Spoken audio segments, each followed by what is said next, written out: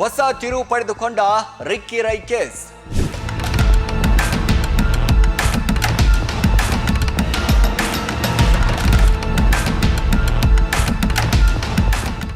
ದಾಳಿಗೆ ಸಂಬಂಧಿಸಿ ಓರ್ವ ವರ್ಷಕ್ಕೆ ಯಾರು ಆತ?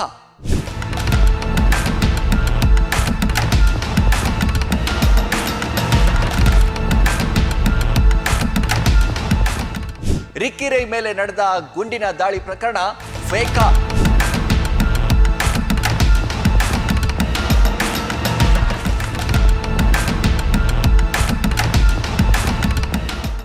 ಬಿಡದಿ ಪೊಲೀಸರಿಂದ ಓರ್ವ ಶಂಕಿತ ಆರೋಪಿ ವಶಕ್ಕೆ. ರಿಕ್ಕಿ ರೈ ಜೊತೆಯಲ್ಲೇ ಇದ್ದವನ ಮೇಲೆ ಅನುಮಾನ ಬಂದಿದ್ದು ಹೇಗೆ?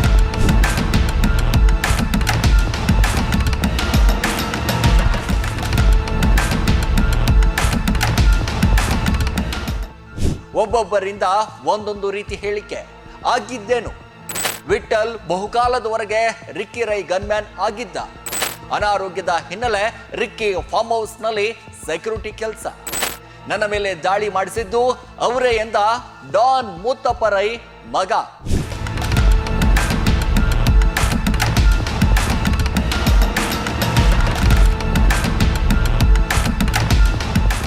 ಹಾಯ್ ಹಲೋ ನಮಸ್ಕಾರ. ಸ್ಪೀಡ್ ನ್ಯೂಸ್ ನ ವಿಶೇಷ ಕಾರ್ಯಕ್ರಮಕ್ಕೆ ಸ್ವಾಗತ. ನಾನು ಸಿರಾಜ್ ವಾಲಿಕಾರ್. ಎಸ್, ರಿಕ್ಕಿ ರೈ ಪ್ರಕರಣಕ್ಕೆ ಸಂಬಂಧಪಟ್ಟ ಹಾಗೆ ನಾವು ನೋಡ್ತಾ ಹೋದ್ರೆ ರಾಜ್ಯಾದ್ಯಂತ ಸಾಕಷ್ಟು ಸಂಚಲನವನ್ನ ಮೂಡಿಸ್ತಾ ಇತ್ತು. ಯಾಕಂದ್ರೆ ಮುತ್ತಪ್ಪ ರೈ ಮಗ ರಿಕ್ಕಿ ರೈ ಮೇಲೆ ಒಂದಿಷ್ಟು ಬಿಡದಿಯ ಫಾರ್ಮ್ ಹೌಸ್ ನಲ್ಲಿ ಏನು ದಾಳಿ ನಡೀತು, ಇಡೀ ರಾಜ್ಯವೇ ಬೆಚ್ಚಿ ಬೀಳ್ತು. ಆದ್ರೆ ಏನಾಯ್ತು, ಬೆಳಗ್ಗೆ ಹೇಳೋಷ್ಟರಲ್ಲೇ ಇಡೀ ಅಂದ್ರೆ ರಾತ್ರಿ ಹೊತ್ತು ಅಲ್ಲಿ ಪ್ರಕರಣ ದಾಖಲಾದಂಥ ಸಂದರ್ಭದಲ್ಲಿ ಯಾರು ಏನ್ ಕತೆ, ಪೊಲೀಸ್ ಅಧಿಕಾರಿಗಳು ಒಂದಿಷ್ಟು ಸರ್ಚ್ ಅನ್ನ ಮಾಡೋದಕ್ಕೆ ಆರಂಭ ಮಾಡ್ತಾರೆ. ಅವಾಗೆಲ್ಲರೂ ಕೂಡ ಶಾಕ್ ಆಗ್ಬಿಡ್ತಾರೆ. ಅಂತಂದ್ರೆ ಅಂಡರ್ ವರ್ಲ್ಡ್ ನಲ್ಲಿ ಸಿಕ್ಕಾಪಟ್ಟೆ ಸಂಚಲನ ಮೂಡಿಸಿದಂತ ಡಾನ್ ಮುತ್ತಪ್ಪ ರೈ ಮಗನ ಮೇಲೆ ಫೈರಿಂಗ್ ಆಗಿದೆ ಅಂತ ಅಂದಾಗ ಎಲ್ಲರೂ ಕೂಡ ಸಹಜವಾಗಿ ನಾವೆಲ್ಲರೂ ಕೂಡ ಶಾಕ್ ಆಗ್ಬಿಟ್ವಿ. ಎಸ್, ಈಗ ರಿಕ್ಕಿ ರೈ ಮೇಲಿನ ದಾಳಿ ಪ್ರಕರಣಕ್ಕೆ ಸಂಬಂಧಿಸಿದಂತೆ ಓರ್ವ ವ್ಯಕ್ತಿಯನ್ನ ಬಿಡದಿ ಪೊಲೀಸರು ವಶಕ್ಕೆ ಪಡೆದಿದ್ದಾರೆ.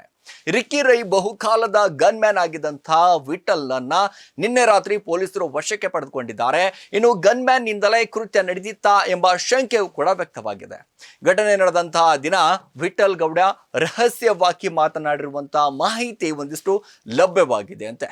ಅಂದ್ರೆ ರಿಕ್ಕಿ ಮೇಲೆ ದಾಳಿ ನಡೆದ ನಂತರ ಆಸ್ಪತ್ರೆಯಿಂದ ನೇರವಾಗಿ ಫಾರ್ಮ್ ಹೌಸ್ಗೆ ಬಂದಿದಂತಹ ವಿಠಲ್ ಇದೀಗ ವಿಠಲ್ನ ಒಂದಿಷ್ಟು ಚಲನವಲನಗಳನ್ನ ಪೊಲೀಸರಿಗೆ ಒಂದಿಷ್ಟು ಅನುಮಾನ ಬರೋಕೆ ಶುರುವಾಗ್ಬಿಡುತ್ತೆ. ಹೀಗಾಗಿ ಪೊಲೀಸರು ಒಂದಿಷ್ಟು ವಶಕ್ಕೆ ಪಡೆದುಕೊಂಡು ವಿಠಲ್ ಮಡಿಕೇರಿ ಮೂಲತಃ ಮಡಿಕೇರಿಯವರು, ಆತನನ್ನ ಬಳಿ 2 ಏರ್ ಗನ್ ಇದೆ ಮತ್ತು 2 ಲೈಸೆನ್ಸ್ ಶಾಟ್ಸ್ ಕೂಡ ಇದೆ ಅನ್ನುವಂಥ ಕೂಡ ಮಾಹಿತಿ ಸಿಗ್ತಾ ಇದೆ. ಇನ್ನು ಪೊಲೀಸರ ತನಿಖೆ ವೇಳೆ ಮನೆ ಕೆಲಸದವರು, ಗನ್ಮ್ಯಾನ್ಗಳು, ಸೆಕ್ಯೂರಿಟಿಗಳು ಹಾಗೂ ಮ್ಯಾನೇಜರ್ನಿಂದ ವಿಭಿನ್ನ ಹೇಳಿಕೆಗಳು ಕೂಡ ಬಂದಿದೆ ಅಂತ ಹೇಳಾಗ್ತಾ ಇದೆ. ಇದರಿಂದ ರಿಕ್ಕಿ ರೈ ಮೇಲೂ ಕೂಡ ಪೊಲೀಸರು ಒಂದಿಷ್ಟು ಅನುಮಾನ ಮೂಡಿದೆ. ಹೀಗಾಗಿ ಪೊಲೀಸರು ತಮ್ಮದೇ ಆಯಾಮದಲ್ಲೇ ಒಂದಿಷ್ಟು ತನಿಖೆಯನ್ನ ನಡೆಸ್ತಾ ಇದ್ದಾರೆ. ರಿಕ್ಕಿ ರೈ ಮೇಲೆ ನಡೆದಂತಹ ಗುಂಡಿನ ದಾಳಿ ಕೇಸ್ ಒಂದಿಷ್ಟು ಫೇಕಾ ಎನ್ನುವಂತ ಶಂಕೆಯೂ ಕೂಡ ವ್ಯಕ್ತವಾಗಿದೆ. ಯಾಕಂದ್ರೆ ಪೊಲೀಸರ ಮುಂದೆ ಸ್ಫೋಟಕವಾದಂತ ಒಂದಿಷ್ಟು ವಿಚಾರಗಳು ಕೂಡ ರಿವೀಲ್ ಮಾಡಿದ್ದಾರೆ ರಿಕ್ಕಿ ರೈ.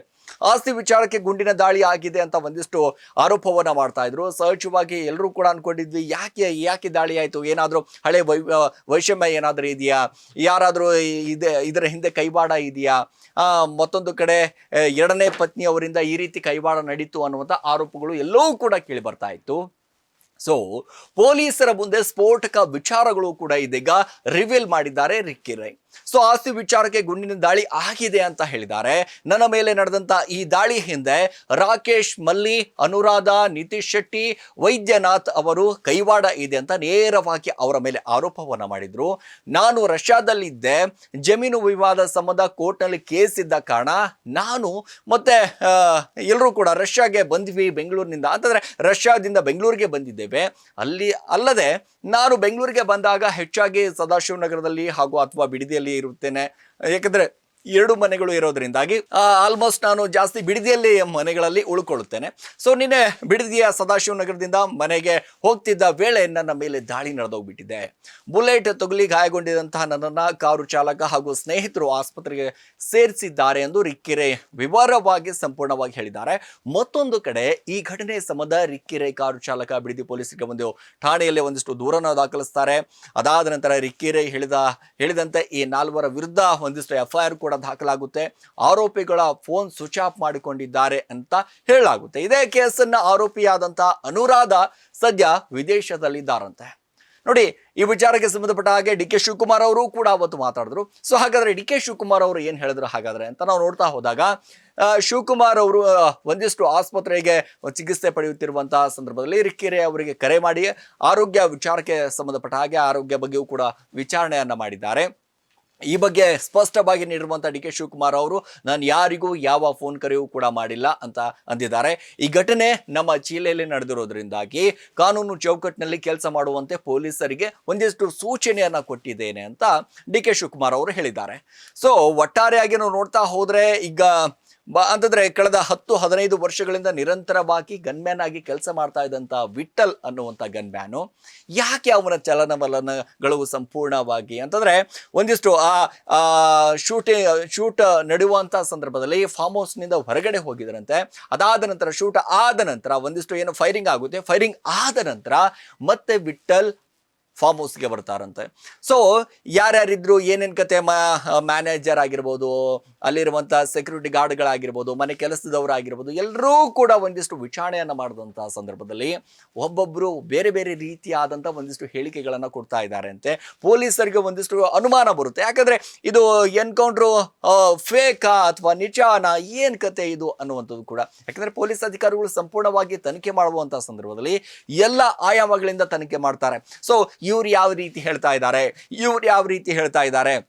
ಸೊ ಯಾವುದಾದ್ರೂ ಒಂದು ಹೇಳಿಕೆ ಸಿಮಿಲರ್ ಆಗಿ ಇದೆಯಾ ಅನ್ನುವಂಥದ್ದು. ಯಾಕಂದ್ರೆ ಪೊಲೀಸ್ ಅವರ ಆಂಗಲ್ ಇಂದ ನಾವು ನೋಡ್ತಾ ಹೋದಂಥ ಸಂದರ್ಭದಲ್ಲಿ ಈ ಕೇಸ್ಗೆ ಮತ್ತೊಂದು ಟ್ವಿಸ್ಟ್ ಸಿಗ್ತಾ ಇರುವಂಥದ್ದು. ಈಗ ವಿಠಲ್ ಅನ್ನ ವಶಕ್ಕೆ ಪಡೆದಿರುವಂತಹ ಪೊಲೀಸ್ ಅಧಿಕಾರಿಗಳು ಯಾವ ರೀತಿ ವಿಚಾರಣೆಯನ್ನ ಮಾಡ್ತಾ ಇದ್ದಾರೆ, ಸೊ ಯಾವ ಆಂಗಲ್ ಇಂದ ಯಾವ ರೀತಿ ಪ್ರಶ್ನೆಗಳನ್ನ ಮಾಡಬಹುದು ಅನ್ನೋದು ಕೂಡ ಇಲ್ಲಿ ಕುತೂಹಲ ಮೂಡಿಸ್ತಾ ಇರುವಂಥದ್ದು. ಸೊ ಒಟ್ಟಾರೆಯಾಗಿ 4 ಜನದ ಮೇಲೆ FIR ದಾಖಲಾಗಿರುವಂತಹ ಈ ಪ್ರಕರಣ ಸೊ ಯಾವಾಗ ಇತ್ಯರ್ಥ ಆಗುತ್ತೆ, ಸೊ ಯಾವ ಪ್ರಕರಣಕ್ಕೆ ಸಂಬಂಧಪಟ್ಟ ಹಾಗೆ ಒಂದ್ ಕಡೆ ಆಸ್ತಿಗೋ ಅಥವಾ ಇನ್ಯಾವುದಕ್ಕೋ ಇದೆಯಾ ಅನ್ನೋದು ಕಾದು ನೋಡಬೇಕಾಗಿರುವಂಥದ್ದು. ಇದಾಗಿತ್ತು ಇವತ್ತಿನ ವಿಶೇಷ. ನಿರಂತರ ಸುದ್ದಿಗೆ ನೋಡ್ತಾರೆ ಸ್ಪೀಡ್ ನ್ಯೂಸ್ ಕನ್ನಡ. ಸುದ್ದಿ ನಿಮ್ಮದು, ವೇಗ ನಮ್ಮದು. ಹೆಚ್ಚಿನ ಸುದ್ದಿಗಳಿಗಾಗಿ ನಮ್ಮ ಚಾನೆಲ್ನ ಸಬ್ಸ್ಕ್ರೈಬ್ ಮಾಡಿ.